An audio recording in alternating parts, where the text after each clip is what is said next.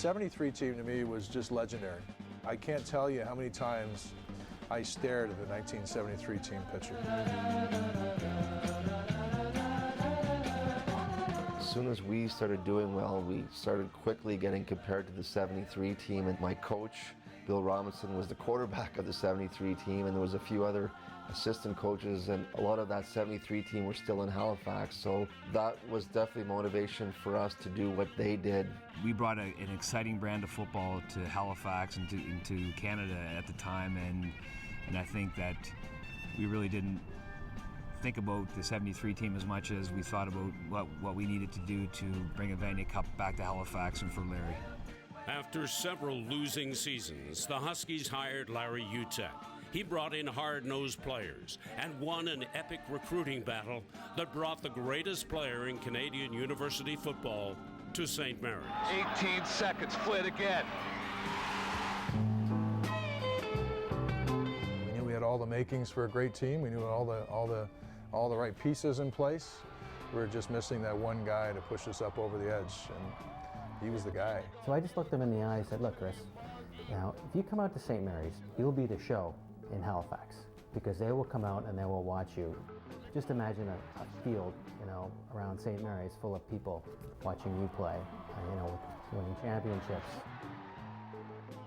As a quarterback, you feel like you can make an impact. I'd always played on these powerhouse teams before that, but I felt like I could help this team, and I just decided to go for it.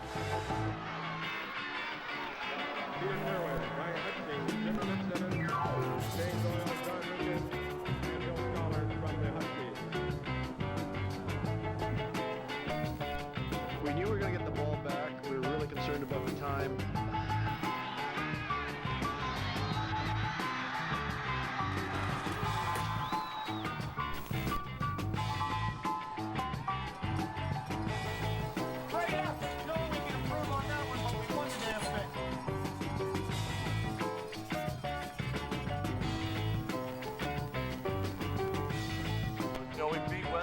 Don't be happy with that. We still got one more game left. Up downfield! Know what the hell you're doing! You're right there, you're catching the ball!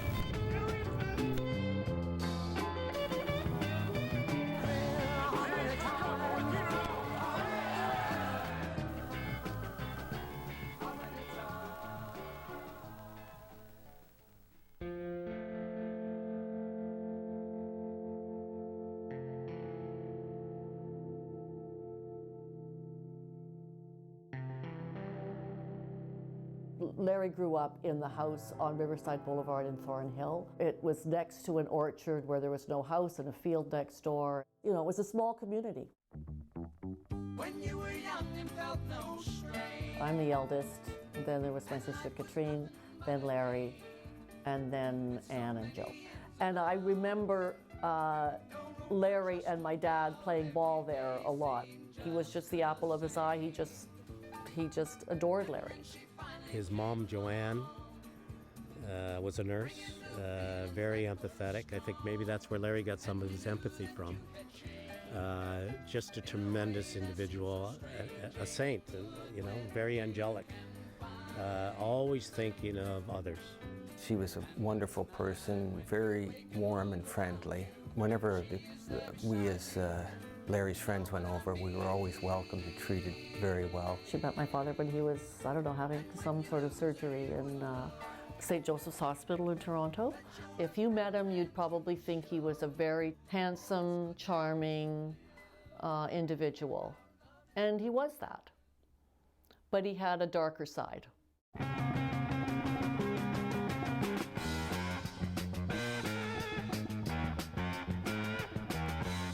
I don't know where you would want me to start or finish. My father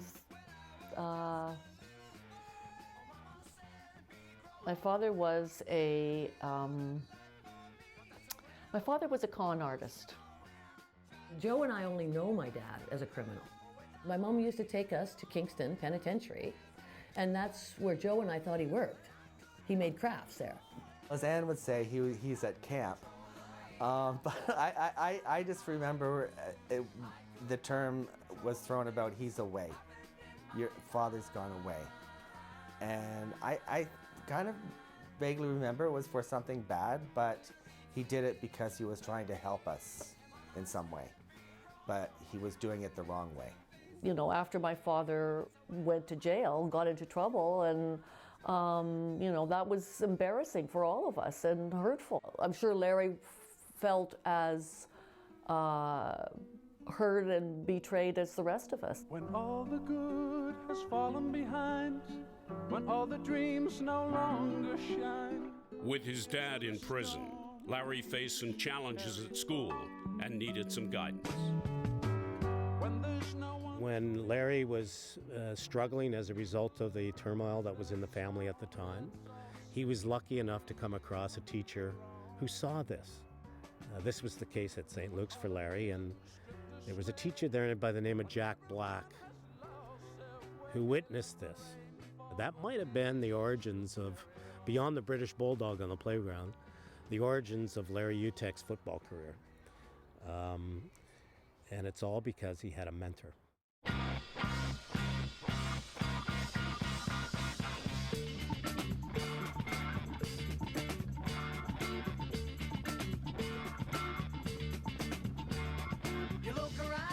When Chris came along in 1966, he was the fourth son of our crew, 5 boys. Judy was our only daughter. She was the oldest. Chris was second to the youngest.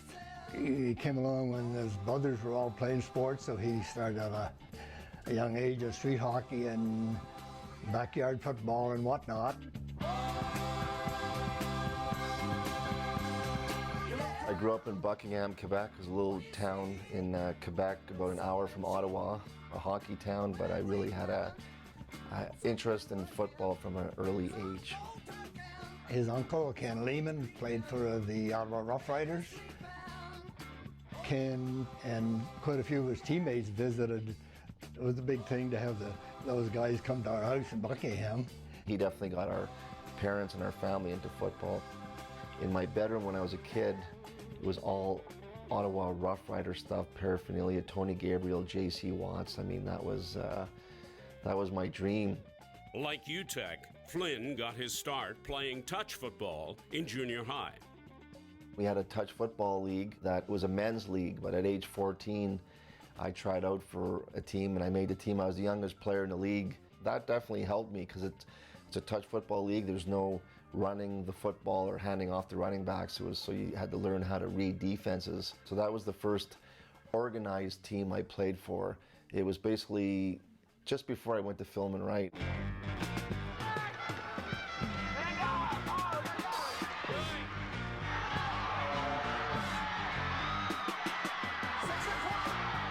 Film and Write was like the Dallas Cowboys. They were like this really powerhouse team. And so I really wanted to try out for the team.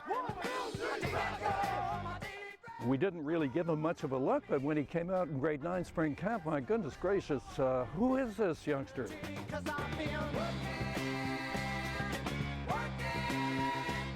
Tried out for receiver. They had a whole bunch of receivers, but they only had 2 quarterbacks. So I asked Coach Fisher after maybe the 3rd day, and I was still trying to make the team.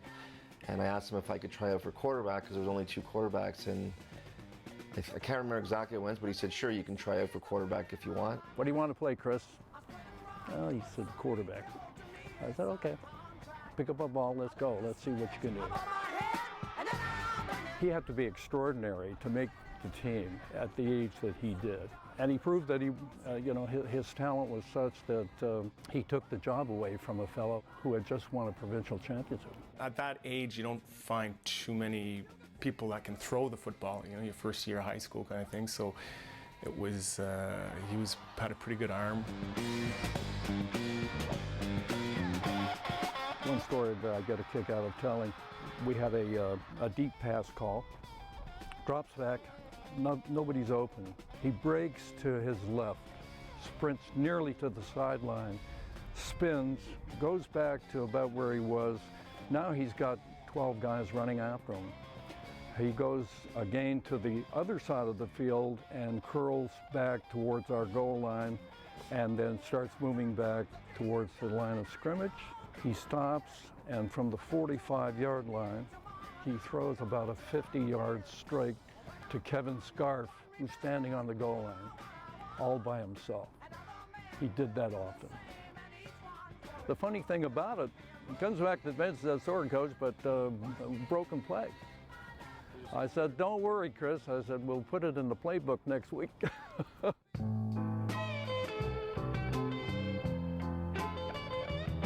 Larry Uteck's father, Carl, is convicted of counterfeiting and returns to Kingston Penitentiary, leaving a family without a father. But there was a strong bond between Larry and his dad. My father coached baseball in the community, and he had Larry as a bat boy, and you know, like, he took Larry places. Larry probably felt very positively toward my father. Carl would run into trouble every once in a while, and it didn't really matter to us. It mattered, I'm sure, a whole lot to Larry and the family. And in exploring some of that, you'd say, Larry, you know, like, how do you feel about that? You know, there's another transgression, but you don't seem to hold any ill will. And Larry said, well, you know, he's part of the team. He was his dad, and he loved his dad. And it says a lot about Larry as a character, as a person. Try and we all can get along. Try and we all can get along. Yeah, though the world has lost a lot of faith. An Achilles heel injury slows him in his freshman year. But Larry Uteck becomes a dominant force on the football field for Brebeuf, a strict Jesuit high school. I had the easiest job on the field. All I had to do was hand the ball to Larry and just tell him whether to go left or right. But you know, he was a fierce competitor on the field and didn't feel pain. His interest wasn't limited to football or basketball or track. He was also involved in the creative side at Brebeuf in the dramatic arts. He was a rebellious Renaissance man. He had interests in literature, music, very interested in current affairs and politics, and got quite passionate about different issues in that area. Larry might have been perceived as being a bit of a rebel, but if so, he was a rebel with a cause. Did he break the rules? Perhaps. But I think the real issue is Larry constantly was asking, why can't we do this? Or why does that rule exist? In his grade 12 year, the principal had enough of Larry, I think, and was wanting to send him on to the local public school. Some of the leaders in the school, some of his teammates marched down to the principal and said, you can't do that. This guy is what Brebeuf's all about. He's putting Brebeuf on the map. Uteck was one of the top football recruits in Canada in his senior year and earned a scholarship to Colorado University.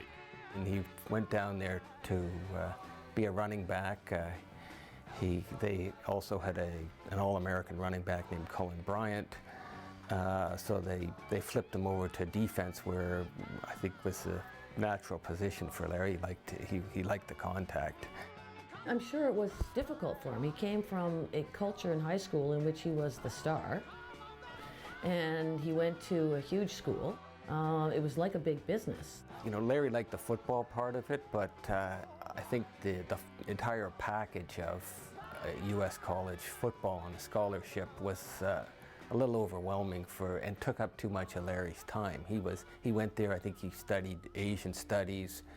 They had expectations that you know, football was the only priority, and he was an adventurous guy. I think he had one or two run-ins with the coach, and he wanted to travel to China during his university years there, but that didn't go over well with the football team. With his travel plans on hold, Uteck leaves Colorado to play a year at Wilfrid Laurier. He turns pro with the Toronto Argonauts, but the yen to explore is too strong.